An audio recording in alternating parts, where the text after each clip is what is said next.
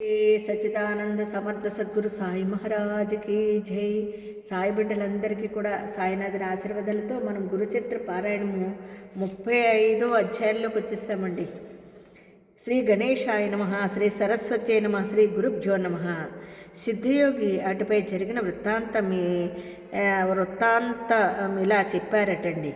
సావిత్రి శ్రీగురుని పాదాలకు మొక్కి, స్వామి, నిరంతరము మీ పాదాలను స్మరించేందుకు సాధనంగా నాకు ఒక మంత్రం ఉపదేశించి అనుగ్రహించండి అని వేడుకున్నదట.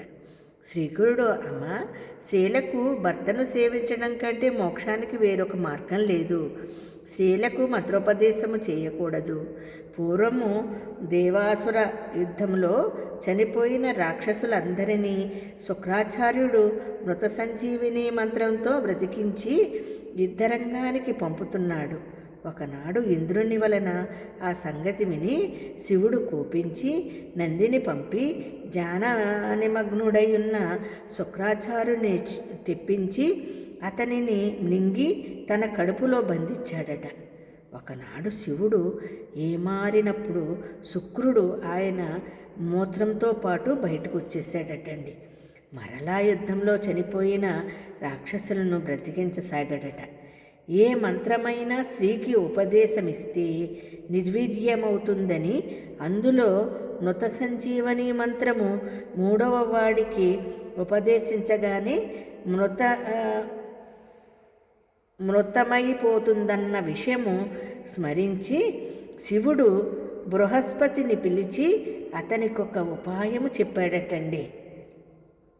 బృహస్పతి తన కుమారుడైన కచుని అందుకు నియమించాడు. కచుడు వెళ్ళి శుక్రాచార్యునికి సాష్టాంగ నమస్కారం చేసి, అయ్యా, నేనొక విప్రకుమారుడను. అపారమైన మీ యశస్సు విని విద్యార్థినైన మీ వద్దకు వచ్చాను. నన్ను స్వీకరించండి అన్నాడు. శుక్రుని కుమార్తె దేవయాని అతనిని చూచి మోహించి తన తండ్రిని అందుకు ఒప్పించిందట.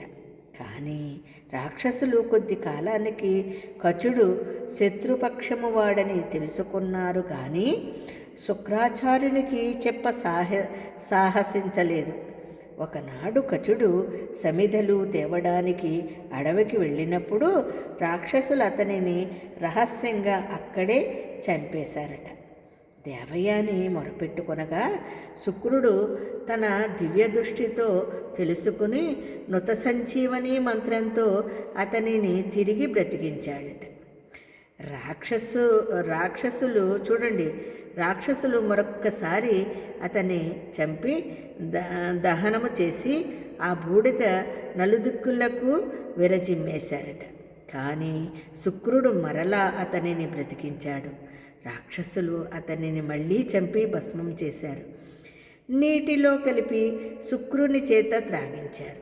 ఒకసారి దేవయాని మొరపెట్టుకున్నప్పుడు శుక్రాచార్యుడు తన యోగ దృష్టితో జరిగినది తెలుసుకుని ఆమెతో అన్నాడు, అమ్మా, ఈ రాక్షసులు అతనిని నా కడుపులోకి పంపేశారు. ఇప్పుడు కచుడిని బ్రతికిస్తే నేనే చనిపోవలసి వస్తుంది. అప్పుడు ఆమె, తండ్రి, నేనతనిని వివాహమాడాలని ఎంతో ఆశలు పెంచుకున్నాను. అతడు లేక నేను బ్రతకలేను అన్నది. ఆ రాక్షస గురువు, ఆ మంత్రము నాకొక్కడికే తెలుసు, ఇతరులకు చెప్పకూడదు అన్నాడు. ఆమె, తండ్రి, నీ కుమార్తెనైన నాకు ఆ మంత్రము ఉపదేశించు. కచుడు బ్రతికి బయటకు రాగానే మరలా నిన్ను కూడా బ్రతికిస్తాను అన్నదటండి ఆ కుమార్తె. అమ్మ, స్త్రీలకు మంత్రజపము తగదు. వారికి భర్త సేవయే విధించబడినది. స్త్రీకి ఉపదేశించిన మంత్రము శక్తిహీనమవుతుంది అన్నాడు.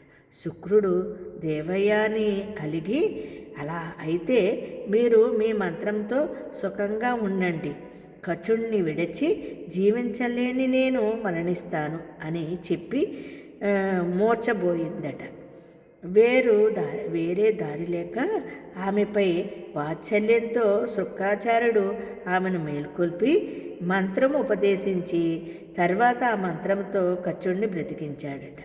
అప్పుడు కచుడు శుక్రుని కడుపు చీల్చుకుని బయటకు రాగానే దేవయాని 3 సార్లు ఆ మంత్రం ఉచ్చరించి తన తండ్రిని బ్రతికిస్తున్నప్పుడు కచుడు కూడా ఆ మంత్రము విన్నాడటండి.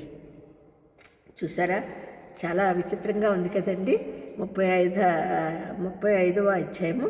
మరి కథ రేపు చెప్పుకుందాం అండి.